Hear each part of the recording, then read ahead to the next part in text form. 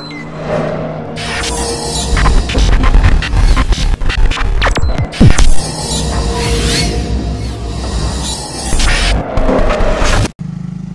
assalamualaikum warahmatullahi wabarakatuh. Agak lama ini saya nggak datang ke kandang beliau, pastinya punya Mbak Swaji nih. Apa yang baru dari beliau ini setelah kita nggak datang mungkin dalam waktu 1 bulan, teman-teman? Saya lihat dari depan ini kelihatan ada kayu begitu. Apakah benar Bapak Swaji ini sedang lagi upgrade kandangnya yang sudah dinanti-nanti beberapa kawan-kawan kita untuk perubahan dari kandangnya beliau ini sampai mana gitu ya. Ini kayu sudah ada dengan ukuran ini berapa ini ya, 3 kali 5 ini teman-teman ya, 3 kali 5 ini ukurannya agak diperkecil ya. Mungkin ada inovasi terbaru dari beliau menggunakan kayu yang agak kecil, mungkin secara dari harga itu lebih efisien ya, lebih murah atau bagaimana, nanti kejelasannya ayo kita langsung datengin suhunya di belakang. Ayo semangat peternak muda, buang malas terus berkaya, optimis tidak mudah itu nyata, jangan menyerah terus menyala. Mudah berbahaya tak mudah lengah, positif indah bebas dari resah, rencanakan langkah supaya mudah terus bertanya agar tahu arah. Peternak muda berbahaya, semangat masa depan bangsa, inovasi tajam dan terbaca, bikin cuan tanpa drama. Peternak muda berbahaya, langkah maju semua beda, ini generasi ternak juara, peternak muda siap meraja.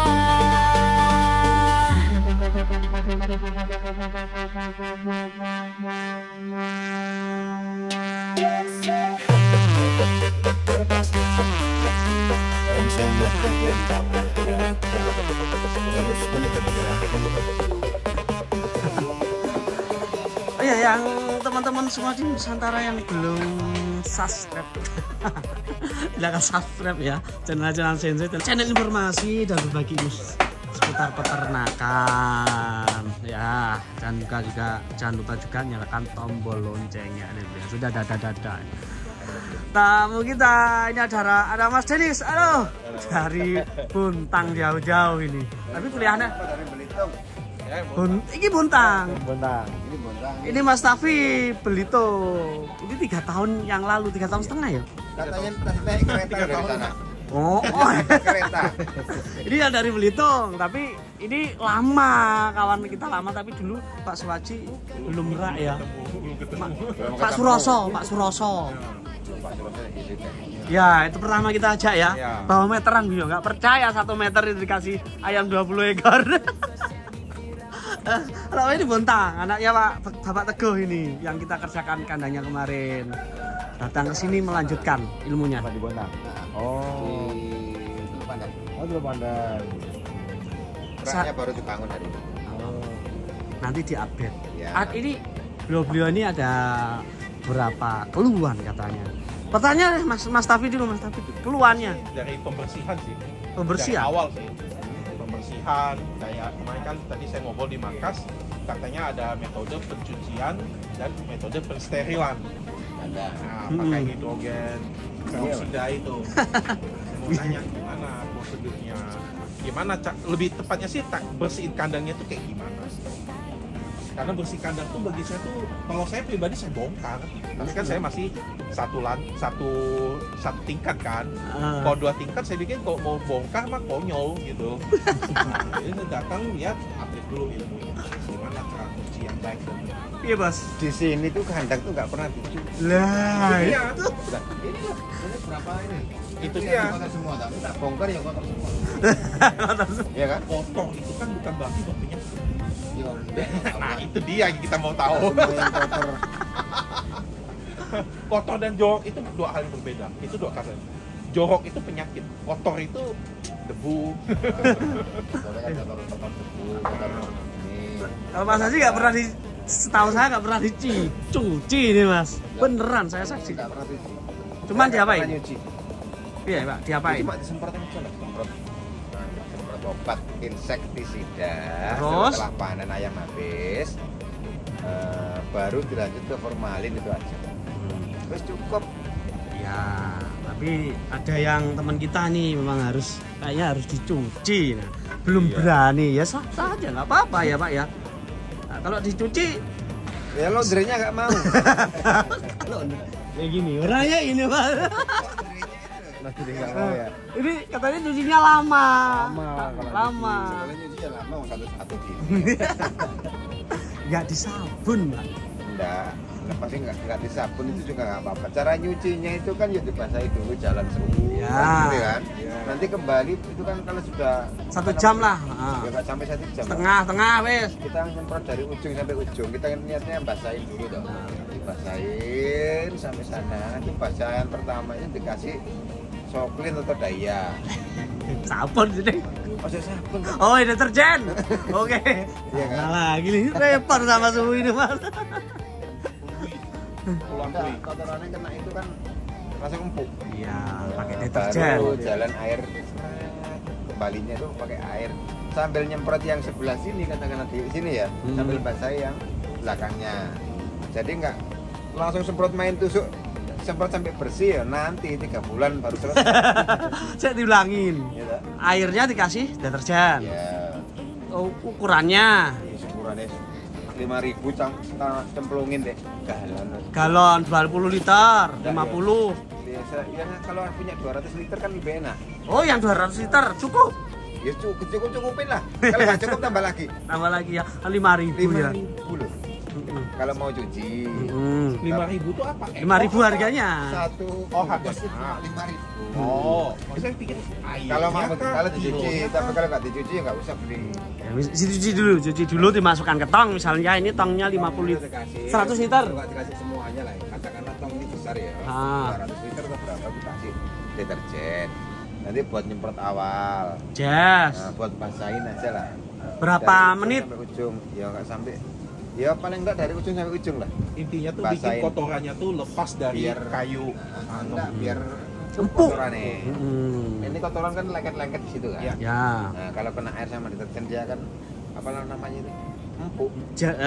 Melebur lah, melebur. Ngelebur kok bosannya opo Yes, kemarin. Nggak lengket lah. Ya, Nggak lengket aja lah. Nah, itu Mas, salah Ya, satunya ya. pakai deterjen. Sambil nyemprot membasahi aja ya. Jangan langsung tusuk, langsung bersih. Basahin dulu sampai sana, nanti kira-kira sampai sana kembali tuh sambil bersihin tuh sambil nyemprot yang sini, yang sebelahnya, basahin Yes. yang sebelahnya. Terus ini kan main yang tinggal bersihin yang sini kan. Ibaratnya dibasahin dulu ya satu kandang apa separuh. Satu kandang, nggak akan mungkin satu kandang selesai. Repot. Pokoknya dibasahin semua. Didiamin 10 menit ya segitu aja ya. Nah, itu. Cukup. Ini kalau pakai teori Kalau dicuci, beliau ini repot. tapi kalau nggak dicuci kayak saya ya nggak usah dicuci. Lah itu loh. Ya wes. Itu perlihatnya nih mumpung Ini kotor semua kan. iya kotor. Ah, ya. Masih lengket. Lengket. Ya biarin. Lengket. Nanti kan sama ayamnya kena kaki ayam kan jatuh sendiri. Yuk dilihat di dalamnya. Apa yang baru ini teman-teman? Yo, silakan ke sini. Ayo, ini sudah beda nih kan Pak Swadi sudah jadi 2 susun. Sudah dirapikan. Karena ini rendah sini ya, posisi kan rendah sini, Mas Safi. Jadi agak tinggi. Semakin ke sana agak pendek. Saya tes ya. Nah, ini teman-teman, karena posisi kan rendah sana, otomatis seraknya kan tinggi sana. Nah, kalau nggak dibenang, ngikut, ya nanti jadi miring raknya. Ini nanti setelah kita buat 2 susun semuanya, habis itu kita buat ini, buat untuk gazebo tempat diskusi supaya nanti teman-teman nyaman di sini mau belajar kita tidak melarang siapapun buat di sini. Nah, ini pasti ada pertanyaan dari Mas Tafi ini. Saya sih banyak pertanyaannya. Satu sedikit ya. Ini siap motor ini. Nyemprot bagian bawah nggak perlu? Bagian bawah. Apa. Ini kotor apa bersih? Bersih sih. Bersih. Ini udah terurai. Nah, ya itu kan nggak Nggak ada pernah lagi. dicuci. Walaupun nggak pernah dicuci. Iya. Dari baunya udah Kotoran tahu. itu. Ini udah netral. Nggak ada bau. Udah netral. Bau kan menentukan penyakit Loh, atau enggak. kayunya ini loh, sampai kayak gini loh. Tapi kok kayak gitu sih awet kayunya. Air juga. Berapa? Ini kandang berapa kali berapa? Ini 7 kali 30. 7 kali 30. Berarti Nyucinya tuh sampai selesai semua perlu berapa jam? Terus sama tanya berapa jam, saya nggak pernah nyuci kok. Oke, bahasanya ada sterilnya Iya. berapa jam. Ini main kata-kata ini. Ini susah ini. Kamu nggak pernah nyuci kok ditanya berapa jam loh. Proses Gimana? pensterilannya supaya sampai siap masuk ayam. Kadang itu 5 hari sudah masuk lagi, kadang seminggu, paling lama 5 hari. 5 hari. Oke. Jadi setahun berapa siklus kalian? Berapa Ini periode? tergantung PT-nya. Izinin berapa sih sebenarnya? Tapi kalau kita ngomong liar lah, Oh, dari ternak chicken masuk, cuci bisa 10 kali nggak apanya itu? siklusnya? Ya, kalau panen kecil ya bisa 10 kali, kalau panen besar ya nggak bisa lah. Kalau panen besar ya. Kalau panen besar paling baik 7 kali satu periode. Normal tuh 7,5 lah ya, kalau kita bilang 2 tahun tuh 15 kali ya, itu normal ya. Kalau panen besar, panen normal itu paling baik 7 kali. Itu istirahatnya cuma 10 hari. Iya. Iya kan? Iya.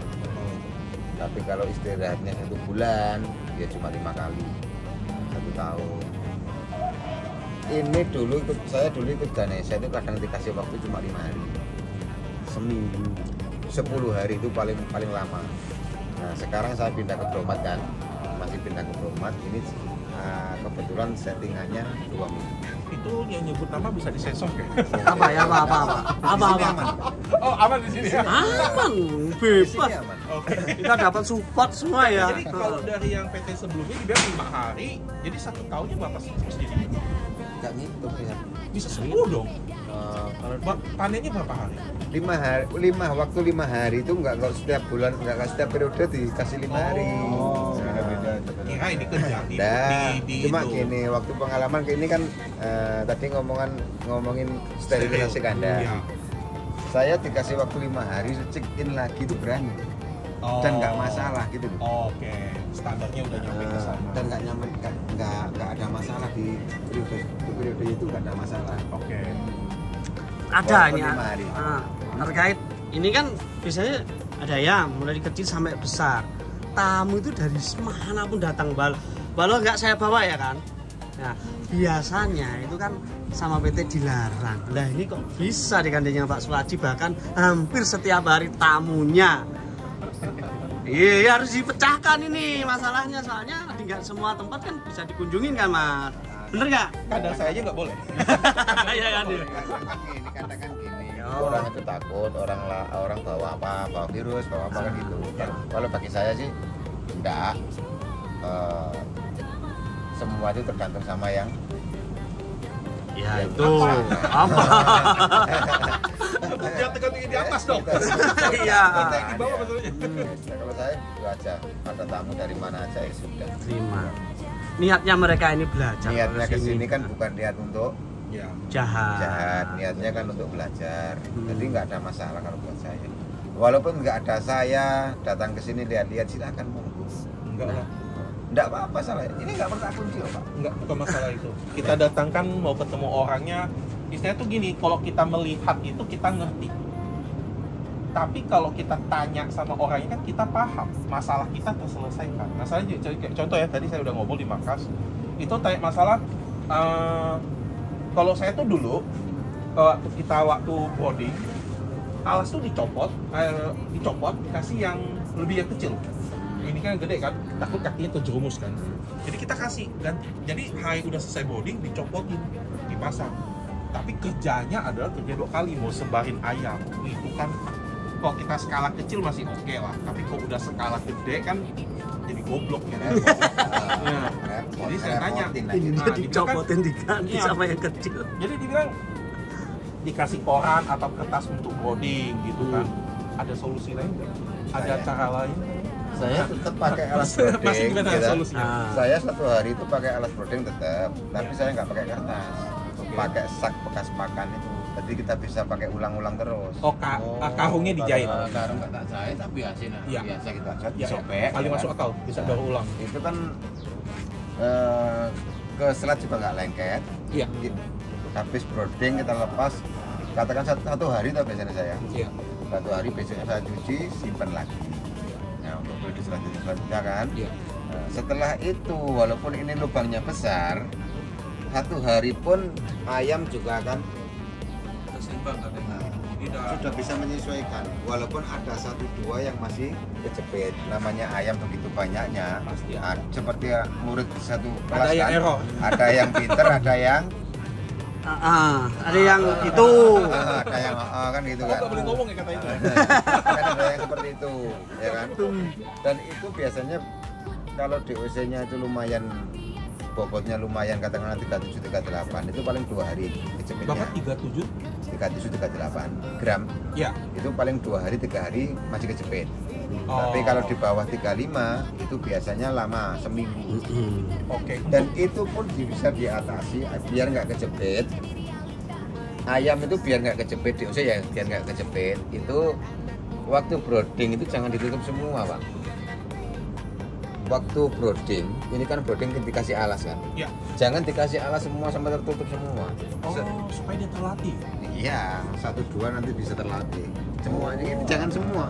Kalau saya sendiri yang di lubang nipel ini nggak tak kasih. Jadi sebatas ini aja.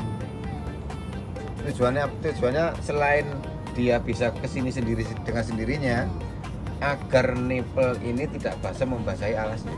Iya.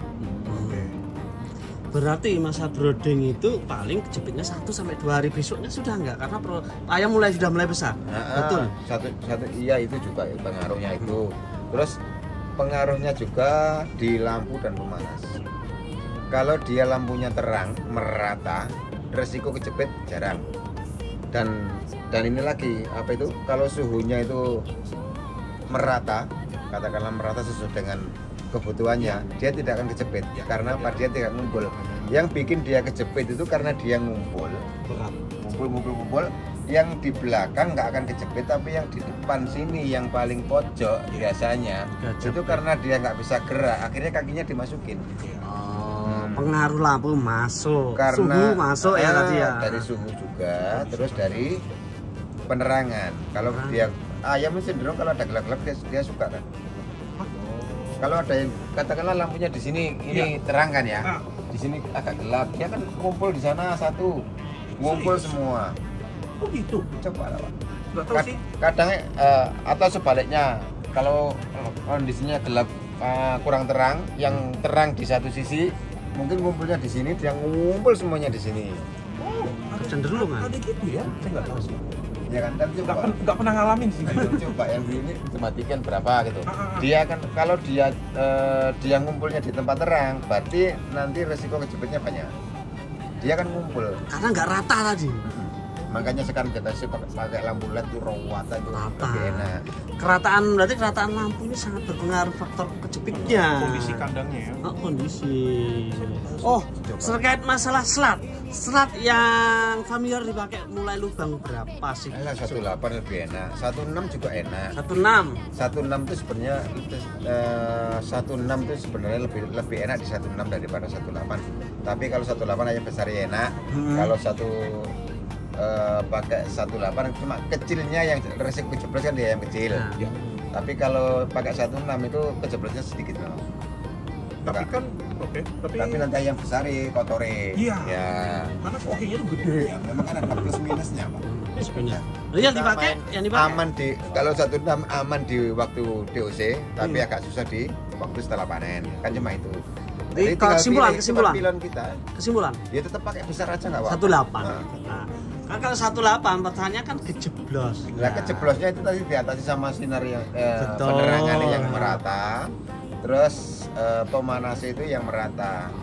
Ketemu itu. Kalau ayam itu nggak ngumpul satu, katakanlah nggak kedinginan gitu ya, dia nggak akan ngumpul kan kalau nggak kedinginan. Kalau panas itu merata, dia akan menyebar merata ya, nggak ada yang kumpul-kumpul kan. Yang kejepit itu, risiko kejepit itu yang kumpul itu. Didorong oleh temennya. Bukan didorong, dia nggak bisa gerak kemana-mana, bisanya cuma ke bawah kakinya. Lalu untuk masalah alas ya, kemarin kok kita belajar itu dikasih tahu kok ayam Bow Chicken udah dikasih alas, kita juga dikasih alas di hari 24 jam pertama itu dikasih pakan di tempat bawahnya, dibilang supaya untuk belajar itu. Tapi jadi itu masih juga masuk akal ya. Bukannya untuk belajar sebenarnya. Ayam itu ya kita tuh lihatnya kan di ayam-ayam kampung itu Pak. Instingnya gitu. Ayam itu ayam kecil, namanya anak kecil, ayam kecil itu kan kalau dikasih tempat kan ada yang tahu, ada yang tidak. Tapi kalau kita tabur di alas itu semuanya bisa tahu gitu, kalau itu makanan, ya kan? Saya itu main tabur itu sampai 2 hari bisa deh. 2 hari. Kalau alasnya masih ya. Iya. Tapi kalau 1 hari alasnya nggak ada ya sudah lepas. Tergantung bobot kembali lagi pada bobot ayam tadi ya masalah ya. Kadang ini alas yang saya pakai untuk VOC itu, kadang itu 1 hari full, kadang cuma setengah hari. Tergantung. Kalau saya rasa ini sudah basah, saya lepas. Katakanlah pagi VOC datang, ya jam 2 itu datang, sore itu basah, sore saya lepas. Saya tanya, chickennya di sini jam berapa? Nggak pasti. Umumnya itu malam. Tapi kadang pagi datangnya kadang jam 7 pagi. Oh, ada efek nggak gitu datang? Enggak. Kalau saya datang ayam itu pakai box karton. Iya. Nah, datang jam 12 malam, saya lepas ke kandang besok pagi jam 7. 6 jam. Kan hangat di kardus daripada di sini. Iya. Lah saya tuh gini loh Pak, ayam datang malam ya kan, jam 12 malam, dia tuh waktunya tidur, kenapa kita bangunin? Besok aja jam 7. Jam 7 itu masuk kandang, kita lepas tanpa pemanas, dia sudah lari kemana-mana, dia tahu pagi itu waktunya aktivitas. Ayam udah otomatis ya. Out of the box. Kalau Dia sendiri tanpa karena kan bukan apa ya, kalau kita bilang manusia ya, bayi itu kan ada yang waktu lahir, makanya ada yang bilang siangnya tidur, malamnya bangun. Manusia kayak gitu. Ayam nggak ada gejala gitu. Enggak. Ayam waktu malam tuh ya, saya datang malam gitu. Saya di itu datang malam, kecuali kalau keranjang ya, kalau keranjang plastik saya lepas. Tapi kalau pakai karton box itu tak bongkarnya besok. Biarkan dia, kalau bongkar pagi gitu, kan sudah terang, sudah waktunya bangun, dia tuh tahu kalau pagi itu kalau jam 7 itu sudah pagi. Nanti dia langsung lari-lari. Oke. Tadi Pak Saji kan pasti kan di luar sana masih dengan kesimpulan seperti itu tadi, dengan pencahayaan supaya tidak kakinya masuk, pasti ini kan akan menjadi masalah, ini kurang bagus dan sebagainya. Berarti pada waktu masa brooding itu kalau masih ayamnya terjepit dan sebagainya, apa sih yang dilakukan ABK waktu brooding itu? Dikontrol nggak sih sebenarnya? Ya kalau dikontrol kan sebenarnya kan bisa mencegah waktu kakinya. Bisa ayam kejeblos itu tetap bisa kejeblos karena dia ngumpul itu tadi. Kalau dia ngumpul di pojokan pasti kejeblos. Saya tanya lagi sekarang, ayam yang kejeblos itu di tengah situ apa di sini? Di pinggir biasanya. Ya iya, karena dia pojok. Karena dia gerombol sama teman-temannya, itu yang bisa kejeblos. Makanya disiasati dengan suhu ruangan yang lebih.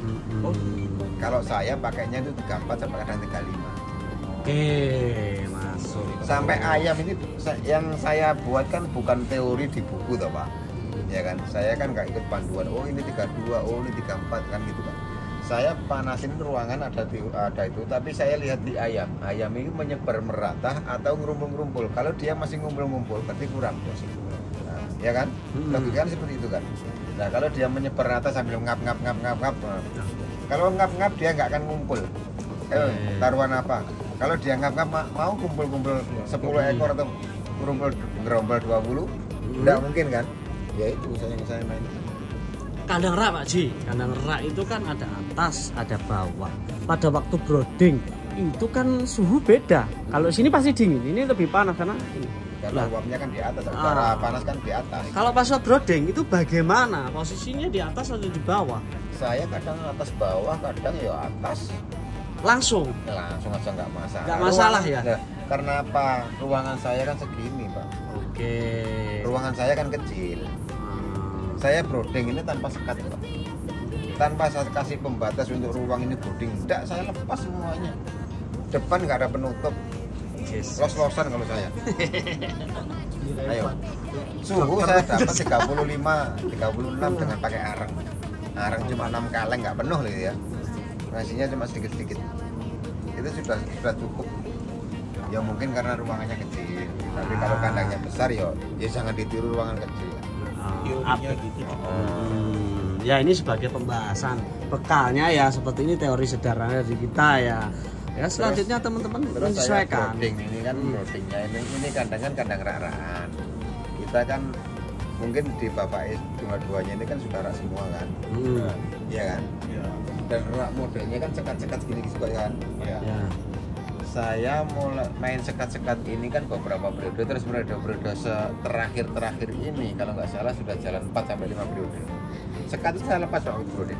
Oh itu sekat dilepas sama Pak Suwaji ini. Oh ya sekat ini dilepas. Oh ya bisa dilepas biar mempermudah nipel juga. Itulah teman-teman ngobrol kita di kandangnya Bapak Suwaji sama Mas Tafi dari Belitung, sama Mas Danis dari Bontang. Nah, mudah-mudahan bisa menambah wawasan buat teman-teman ya. Kalau ada yang bagus silahkan dipakai, kalau ada yang mungkin kurang berkenan buat teman-teman bisa ditinggalkan atau bisa dipakai ya. Yang baik-baik aja yang dipakai.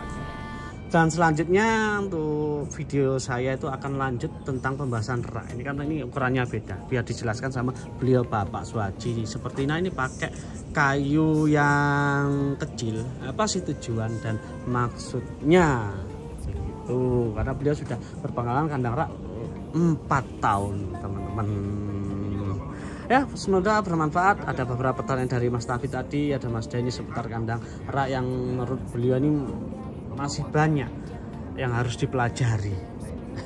datang jauh-jauh dari Belitung dan Bontang ini ke Blitar, kita menyediakan tempat dan waktu untuk belajar di tempat-tempat kandang yang sudah kita ajak kerjasama.